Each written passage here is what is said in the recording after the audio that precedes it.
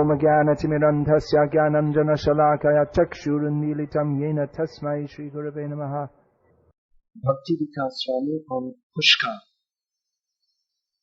Pushkar is today a small town, population around 20,000.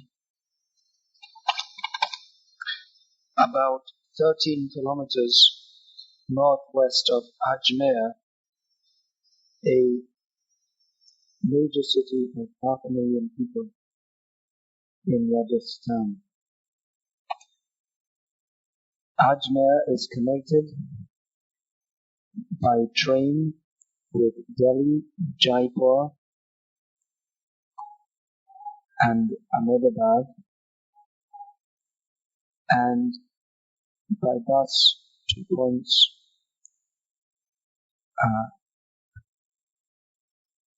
up to Bombay, to many surrounding towns as far away as Bombay and also Mathura. From Ajmer to Pushkar, one may hire a taxi, auto rickshaw, or take a local bus.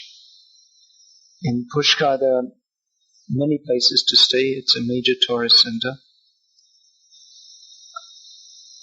There are first-class hotels, cheap dharamshalas, and all kinds of arrangements in between. Pushkar is one of the holiest places of the Hindus. In fact, it's said to be the holiest place in some scriptures, although different scriptures say that different places are the holiest places.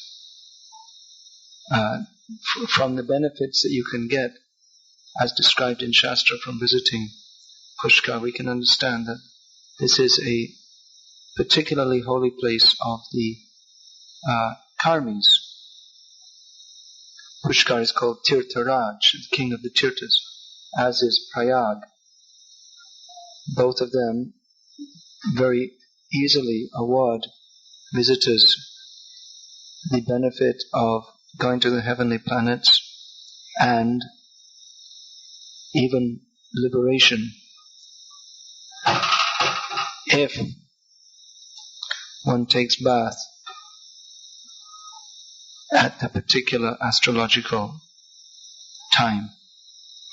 Now, Ajmer is the most sacred place.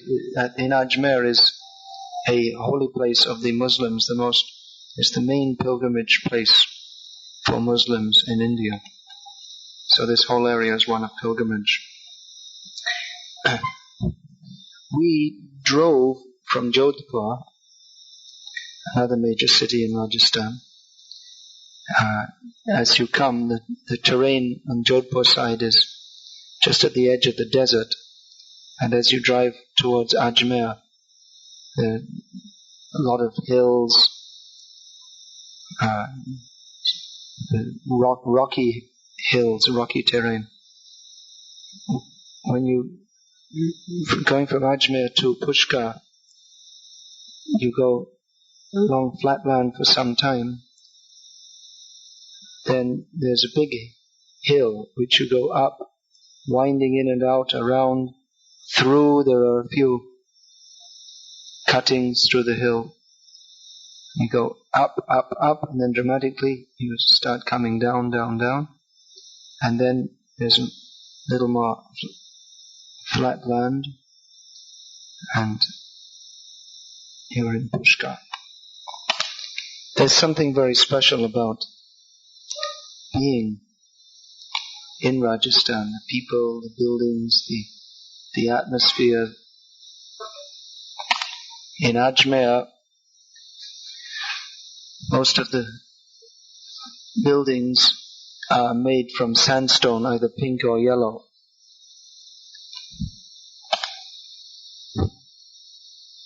The people are dressed typical Rajasthani style, wild, That's just their normal day-to-day dress. Women especially, incredibly gaudy, bright dress with real chunky jewelry worn on their arms, around their waists, huge earrings, nose rings, things on their head. I don't know what it is. It's just something holding, makes the sari stick up, sari part which goes over their head. The men also, huge turbans, handlebar mustaches. It's just their normal dress. During the camel fair, they really dress up. And that's one of the things that Pushkar is most famous for. Pushkar is famous as a place of pilgrimage, a tourist place for hippies, and for the camel fair. The camel fair seems to have just developed as what happened is the holy time, the auspicious time to come to Pushkar is during the last 5 days of Kartik. So, as at any Hindu fair, there's buying and selling goes on also. Things that aren't normally available in the villages can be purchased, and the camel market somehow or other grew up in this way around the religious fair. And naturally, as at any social function, people like to dress up. So and then there was camel races added, and so it's like a big folk festival which has grown up, which is a big pull for foreign tourists especially to come and see the extravagantly dressed Rajasthani villages. Especially extravagant. Ordinarily they're extravagantly dressed, but at the camel fair particularly they dress up even more. And all the goings on at the camel fair. So, of course, not only Western hippie types come, but especially it's become one of the places they go to. And usually the main hangout for the hippie types is in Nepal or in Himachal Pradesh in the summer, Goa in the winter, and Pushkar in between. The climate of Pushkar is, like all of Rajasthan, extremely hot in the summer. We arrived here on the 14th of April. It's unusually mild. It's not devastatingly hot yet, although often at this time of year it is. Usually April, May, and until about 2nd or 3rd week of June, when the monsoon hits, or the pre-monsoon season clouds, it's usually devastatingly hot. And the rest of the year, it's quite nice in the winter, quite chilly even sometimes at night. Oh, that road, I was telling about the road from Ajmer to Pushkar. You come through a hill that's called the Nagpaha, means the snake mountain. At least the road is winding like a snake. The Saraswati River is said to flow here in 5 branches, called Saraswati, Suprabha, Chandra, Kanaka and Nanda, but they all appear to be dried up. The glories of Pushkar are mentioned in the Ramayana, the Mahabharata, and also in the Padma Purana, and elsewhere also in the scriptures. In the Satya Yuga, Lord Brahma noticed that on earth there are many places of pilgrimage dedicated to different demigods, but not to himself. So he decided to perform a sacrifice at a sacred place for himself to be worshipped so that he can benedict the world as other demigods did. Meditating on this, he chanted, Mangalam, Mangalam, let there be auspiciousness. And threw a lotus flower down on the earth. The flower petals fell from the flower, and it ended up falling in 3 places, from each of which water sprang forth.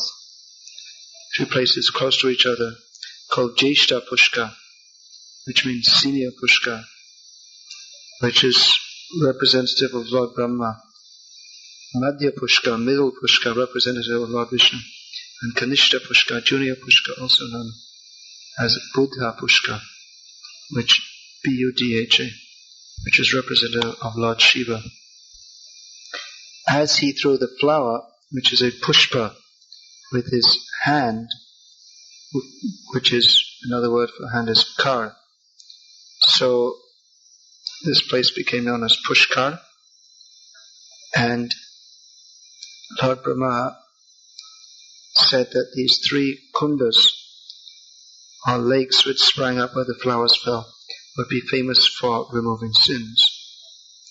At Jeshta Pushkar, the kund is called Pushkar Sarova,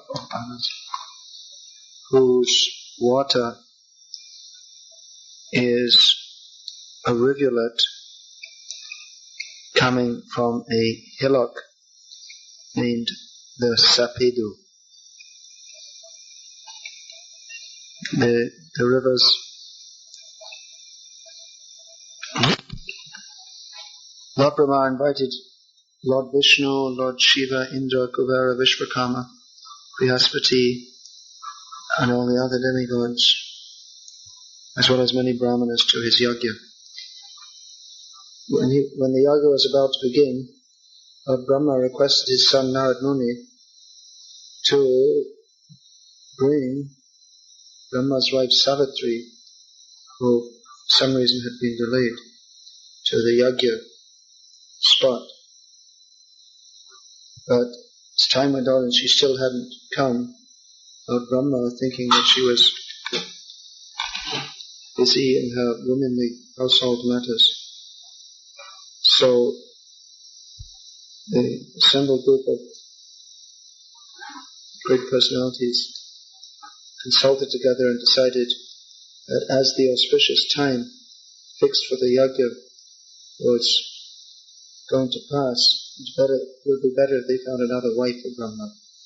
Indra was sent out to find a suitable girl and returned with a young unmarried girl who was suitable in all respects for being the wife of Brahma, except for one major disqualification, that she was from a lower caste. However, Indra overcame that problem.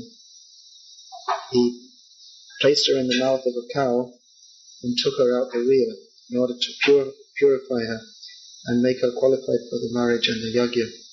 Having passed through the cow, she became known as Gayatri, one who went through a cow.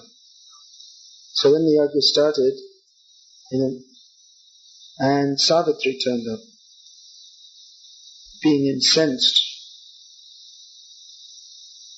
at seeing her husband with another wife. She cursed him that he would not be worshipped outside Pushkar. She cursed Lord Vishnu that he would take birth as a human being, and that his wife would be abducted. She cursed Lord Shiva that he would always apply the ashes of dead people on his bodies, and that ghosts and hobgoblins would be his companions. And that Lord Indra, despite having attained to heaven, would always remain in fear there because of the attacks, from the attacks of the demons, and that he would never be victorious in war. She cursed the Brahmins that they would always remained dependent on alms and would always be poor. Kuvera was cursed that he would also be poverty-stricken. And even the cow that purified Gayatri was cursed that she would have to eat stool. Anyway, it's a long story, but upon the request of the Brahmins, Gayatri, she removed most of the curses in various ways. The yajna was restarted and finally completed. Savitri left, having done her cursing job, and went to sit on the top of Ratnagiri hill to perform austerities. That's just in the outer Pushkar area. She's still sitting there. Anyone who goes there today, you have to climb up the hill for an hour. It takes an hour to go up. They will have their desires fulfilled. And especially married women can get the benediction that their husband will not die before them. So after the heat of the afternoon, we ventured out into the town, came down to the Varaha Ghat in the town, at the Pushkar lake. There's seems to be quite deep. There's an area which is blocked off, which is supposed to be holy pond, but it's like a swimming pool. Everyone's jumping and splashing and having fun. The mixture of Western tourists with the local Indian pilgrims and pandas makes for an unusual ambience. And walking through the streets, you see bookshops with all kinds of Western books and foreign cigarettes on sale, and signs written in funny misspelled English telling you can get local cheese, German meals, and don't kiss at the Ghat, because this is a holy place. In the Varaha Mandir, his deity is Shveta Varaha. There are many quaint temples in the town, in all 400 in the Pushkar area. But the rules in most places is photo taking is not allowed, unfortunately. Shveta Varaha looks quite magnificent, holding the earth on his tusk. Well, the temple is quite simple, it's simply maintained. Here's the information about the Varaha temple given on a signboard outside the temple. The temple was constructed in the year 1123-50. I don't know whether, I guess that's maybe Christian year or what is it, by King Arno, A-R-N-O Raja. This king also renovated the famous Anasagar lake of Ajmer. The repair of Varaha Mandir, which was many a times demolished by the Mughal invaders, was done during the Akbar period by King Sagar, who was the brother of Rana Pratap of Chittorgarh. The temple was demolished by Aurangzeb, and it appears that Maharaj Sawai Jai Singh II of Jaipur got it reconstructed. According to the available sources, the present idol, which is what they write, of Lord Varaha was established in the year 1727 AD in Pushkar. This is the second most sacred temple of Pushkar after Brahma temple. And it is said that this is the yajna place of Lord Brahma, from whose mouth Lord Varaha is also said to have originated. Finish. And along with the books for Westerners, there's also nonsense music for Westerners. So one nice thing, we saw a sign hanging up. They just had outside one temple, they had the sign is still hanging up from the Navratri festival, because we're here on April the 14th. There are two Navratris in a year. One is the one leading up to Durga Puja at the end of the rainy season. The other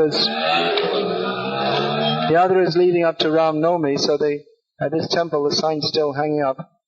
Akhand Ram Krishna Dhun is non-stop chanting throughout the 9 days and nights of Hare Krishna, Krishna Krishna, Hare Hare, Hare Rama, Rama Rama, Hare Hare.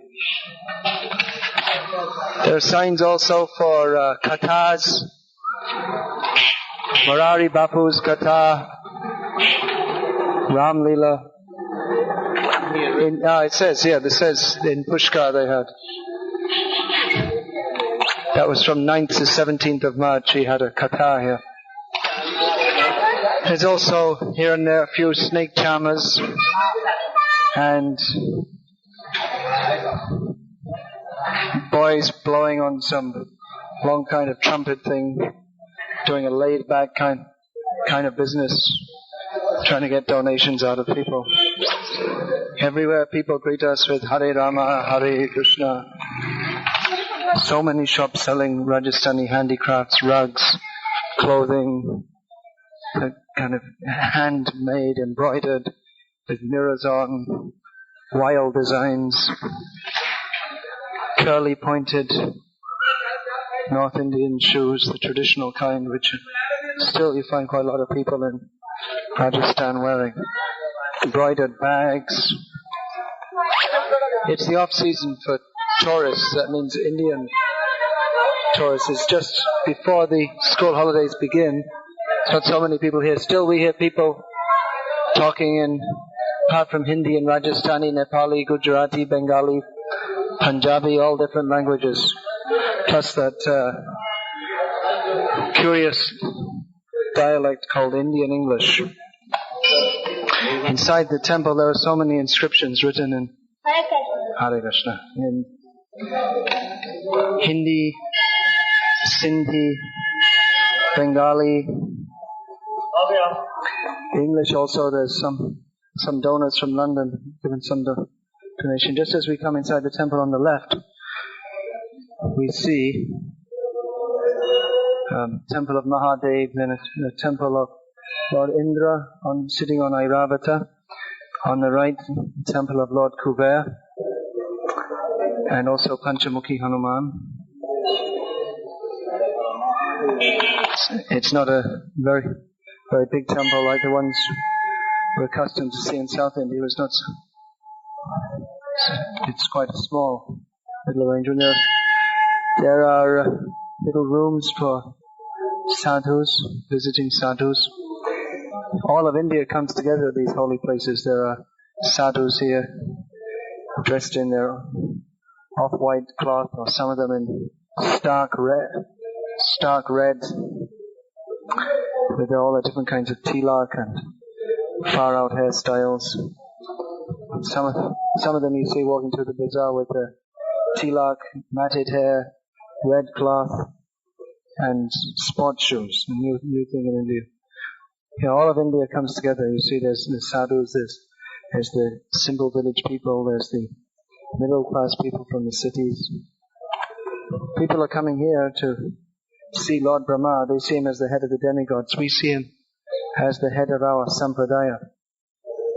They may be praying to him for so many mature benedictions. We're praying to him for pure devotion that he has kindly given, having received it from Lord Krishna at the beginning of creation, Tene Brahma Hridaya Adhikaviye, and that has been passed down in Parampara by his representative in the modern age, Srila Prabhupada. In the Adi Varaha or Bhu Varaha temple, we saw a few silver coins which are set in the marble. There are many more here like that.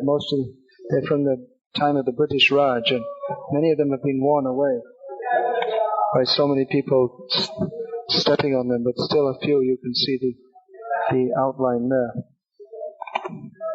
Lord Brahma is set in his temple. To his left is his second wife, Gayatri. He sits in a nice silver singhasan with Hanuman is on the top of his singhasan in that famous pose, about to jump, holding the mountain. Brahma, you can see three of his heads. One facing towards us, and the other, two in the other directions, and one is facing away. You can't see it. He has the smarta kind. They've dressed him with the smarta kind of line tila. There's also an arati drum machine, those kind of machines, drums and bells. They turn it on at the time of arti and it makes a banging noise. A curious invention that you see in quite a few temples to bring Indian technology, Indian spiritual necessities united with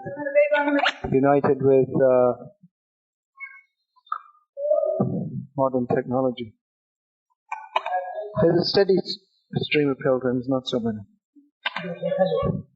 This is what you might call a real Hindu temple with all different kinds of gods. Of course, so many different gods did come here. If you go down some stairs, there's a nice temple of Lord Shiva. At the back of the Brahma temple is a temple of Durga, and also there's another temple of Savitri. Actually, considering so many tourists have been coming here for so many years, it's surprising that the people aren't more spoiled.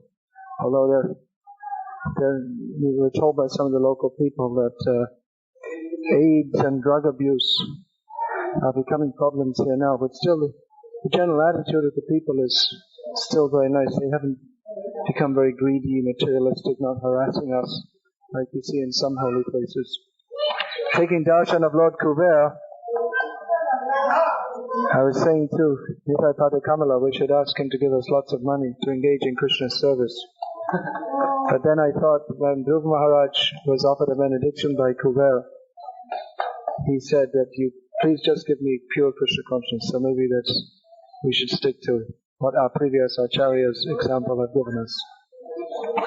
Wait a minute, I was saying that's a Panchamukhi Hanuman temple, but it's Panchamukhi Mahadev, Surya and Narad all in one temple. I didn't look carefully enough at the sign. That click, click, click sound you can hear in the background is the craftsman making yet another inscription. There's still space if anyone wants to donate and get their name inscribed. Some of the inscriptions we see have been taken up. Maybe the people didn't pay up their money. One tiny little temple, there's so many little deities. At Surya, I was saying Narad, Gauri Shankar, Panchamukhi Mahadev.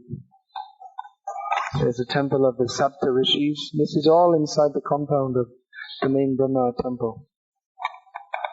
The whole roof of the temple is painted in orange-red color.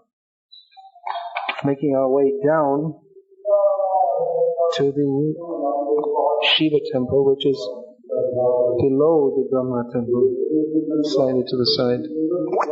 As we come down, we find a devotee devoutly chanting Om Namo Shivaya again and again. And we'll offer our prayers as follows. Kshirang yatha dadidikara vishesha yoga sanjayate nahitata pritagasti hito yah shambhavitam avitatha samupaiti karyat govindamadi purusham tamaham bhajami. Which prayers seem to have caught the attention of the Pujari.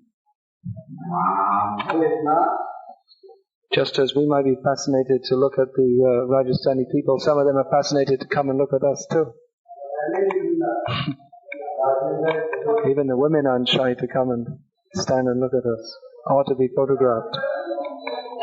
Throughout the temples there are different signs written up in Hindi, exhorting people to chant the names of Durga, or to worship her, or whichever the different gods are. Different rhymes in Hindi. The Savitri Mandir, most people just have a look at the hill on which the Savitri Mandir is situated. Most people don't go up it. It's about 3 kilometers walk from the town, plus 1 or 2 hours walk up, and the same coming down. So it's quite an event, quite an endeavor to go up. And nowadays most people don't do that, but we're planning to do that tomorrow morning. Get a really good aerial view of the Pushkar area. Give Back to Godhead readers their money's worth Just at sunset, we come out the back of the temple. Beautiful view. Little green and then the hills in the background. Few electric light bulbs here and there in a few houses. Looking out at the Savitri Mandir. A few fields here and there. An old American car incongruously sitting in the temple courtyard. Cows being milked at sunset. Pile of cow dung patty cakes piled up. Calls of different birds. There are pigeons, peacocks, and those birds that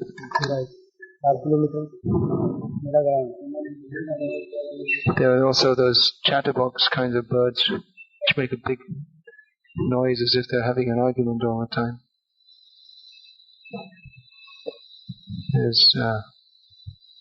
We're looking out over the Mela ground, which stretches for 4 kilometers.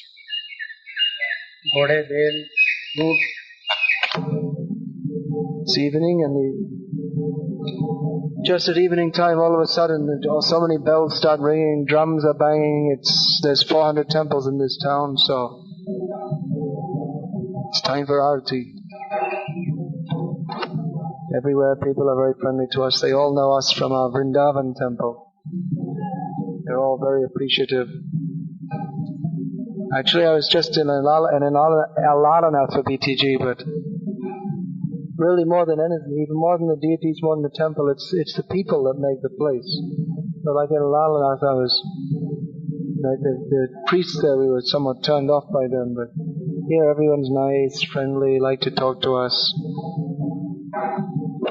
Get a good feeling. In Rajasthan, we get that good feeling.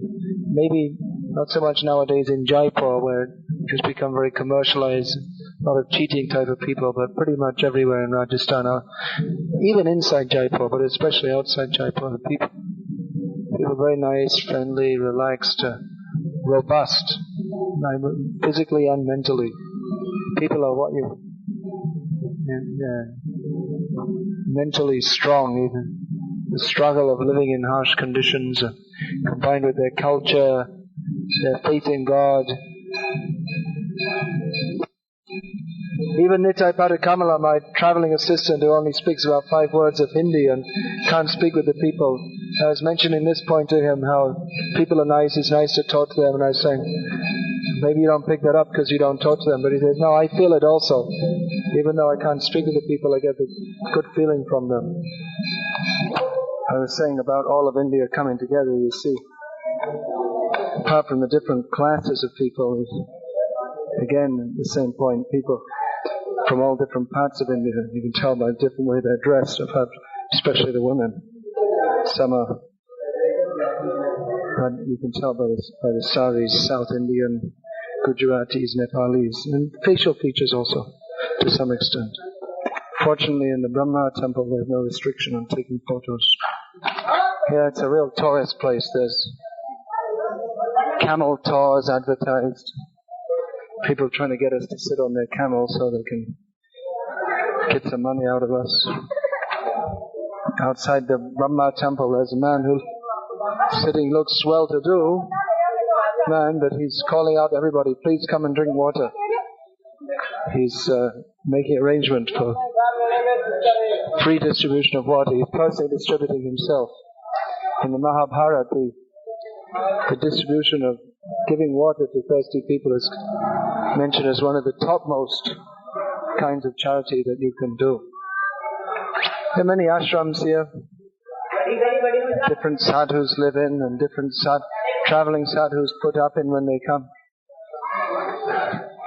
Dharamshalas of different communities, just like there's a Chobe Dharamshala for the Chobes, one class of Brahmins. Most of the 400 temples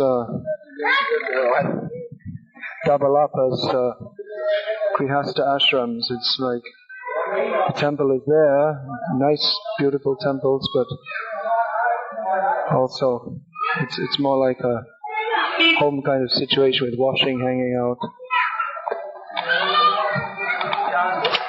Most of the shopkeepers speak a little English here. A couple of camels running through the streets with their bells jingling, with their riders on top of them. Okay, back to the history. Lord Brahma gave the benediction that anyone taking a bath at Pushkar, according to the proper rules and regulations, will attain the heavenly planets immediately after death. We'll tell more about that later, reading from the Padma Purana. There are 52 bathing and puja ghats around the main senior Pushkar. These ghats were constructed by different kings and prominent people in the past. The main ghats are the Go and Brahma Ghat. The ashes of Mahatma Gandhi, Jawaharlal Nehru and Lal Bahadur Shastri were sprinkled in the lake at Go Ghat. Of course, they're in different places in India, not only here. And even Queen Mary, wife of King George V, visited here and visited this ghat here. In 1762, Guru Gobind Singh recited the Granth Sahib here. His ghat is also here. And Lord Ramachandra also took bath here during his exile and performed Shraddha for his father, Dasharatha, here. So it is said, although it seems to be geographically out, it's a long way west on Dandakaranya. Anyway, everything's possible. This is said to be the only temple of Lord Brahma. Of course, in Thailand, there are many, many temples of, not many, there are quite a few temples of Lord Brahma. But it could be said that this is the only place where he's properly worshipped according to the Vedic tradition. The deity, Brahmaji, stone deity, you can see the original Murti was destroyed by Emperor Aurangzeb during his rule, which was from 1658 to 1708. And the present Murti was installed by one Brahmin lady, Fundibai, Phoondi. The present temple was reconstructed in 1809. The Bhuvaraha temple rests upon a small hilltop, 150 feet high, where the beautiful white marble deity of the Lord stands facing south. There is a temple of Atpaleshwar Mahadev, Atpaleshwar, very important temple related to Lord Brahma's yagya. Eventually Lord Brahma established Shiva Lingam to be worshipped in Pusa. People doing puja and having darshan here, he said, will not have to be born on this earth. The temple of Savitri sits high on the top of a mountain, hill, where she stands looking very happy and wide-eyed, facing east, with Saraswati residing next to her. A newly constructed South Indian style Rama Vaikuntha. Rama means, actually Vaikuntha means Vishnu, with the typical South Indian elaborate style. These are the well-known temples of Pushkar. There are many other smaller temples also, which most of the people don't go inside, but if you do go inside, you'll find in many of them nice courtyards with trees, pleasing atmosphere. In the outer Pushkar area, that means away from the main ghats, but still in the area of Pushkar, there is a place where Markandeya Rishi once stayed. Also, Agastya Muni performed tapasya in a cave and in a hill in the area.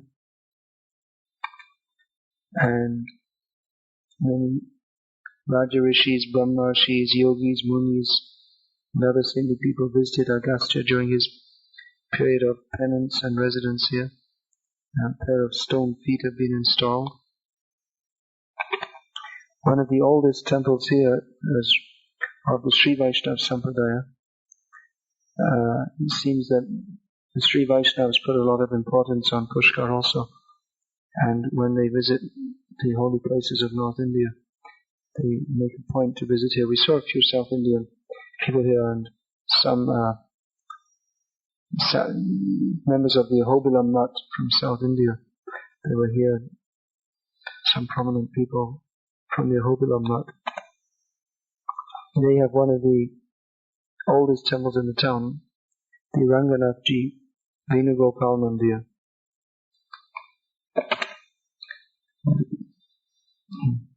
Deity of Venugopal, four-armed Krishna deity, playing the flute, some 6 feet tall, exquisitely beautiful. Srimati Radharani is standing to his right side and Rukmini to his left, which we've never seen anywhere before. Especially, you don't expect the Sri Vaishnavas to put Radharani. Like Krishna's, this deity is like Krishna and Vishnu all in one. The pujaris, although they speak good in this temple, although they speak good Hindi, because they live here, but they're actually Tamil Brahmins and do all the puja offering dressings. It's in accordance with the Sri Sampradaya as practiced in South India. According to the Sri Vaishnava Sampradaya, this Pushkar is one of the 8 Swayam Vyakta Stal, self-manifest places of Lord Vishnu. And it's said that the water in Jeshta Pushkar is Vishnu in the form of water. Therefore it's important to them. So we may wonder as Vaishnavas what we're doing here at all. Well, the Sri Vaishnavas give some importance. Otherwise, from the Vaishnava point of view, it's not so important. But of course, Lord Chaitanya used to visit so many different holy places, connected with so many different deities. We wake up the next morning in our room, which is overlooking the main lake, to the sounds of peacock cries. As we come back from our morning bath, the power has gone off in the whole town. There's no light, it's a full moon, but there's the sounds of the temple sounds, bells ringing, discordant drum beats, people going down for their early morning bath. This is just before 5 o'clock, or 4:45. People going down for their early morning bath. Someone is reciting Vedic mantras. There's the general intermingled sound of so many different people taking bath, and all mixed up also with the sound of water birds screeching, and a few lamps, oil lamps, glowing in the distance. People at the ghats, people taking bath with oil lamps. Chitter chatter of people. Somewhere from the direction Holiness, must be from the South Indian temple where there's some Shinai sound. The full moon hanging over Pushkar. It reflects on the lake. Certainly looks very beautiful. The lake is irregularly shaped. On three sides there are gaps, so it's regularly shaped. But on the other side, it's open, and because it's the hot season now, there's not so much water. You can see a little water. In the rainy season, it must fill up more. And in the meantime, there's some higher land, so which is now above water level. One after another, conches blow, and drums begin to bang as the different temples begin their early morning artis. Early morning, walking out to the Savitri Mandir, we walked around the main Pushkar, because our hotel is opposite to the Brahma temple where the Savitri temple path begins from. And just going to the side of the Brahma temple, we see the hill where the Savitri temple is straight in front of us. Then all of a sudden, as the electricity comes on, the winding path up the hill is illuminated.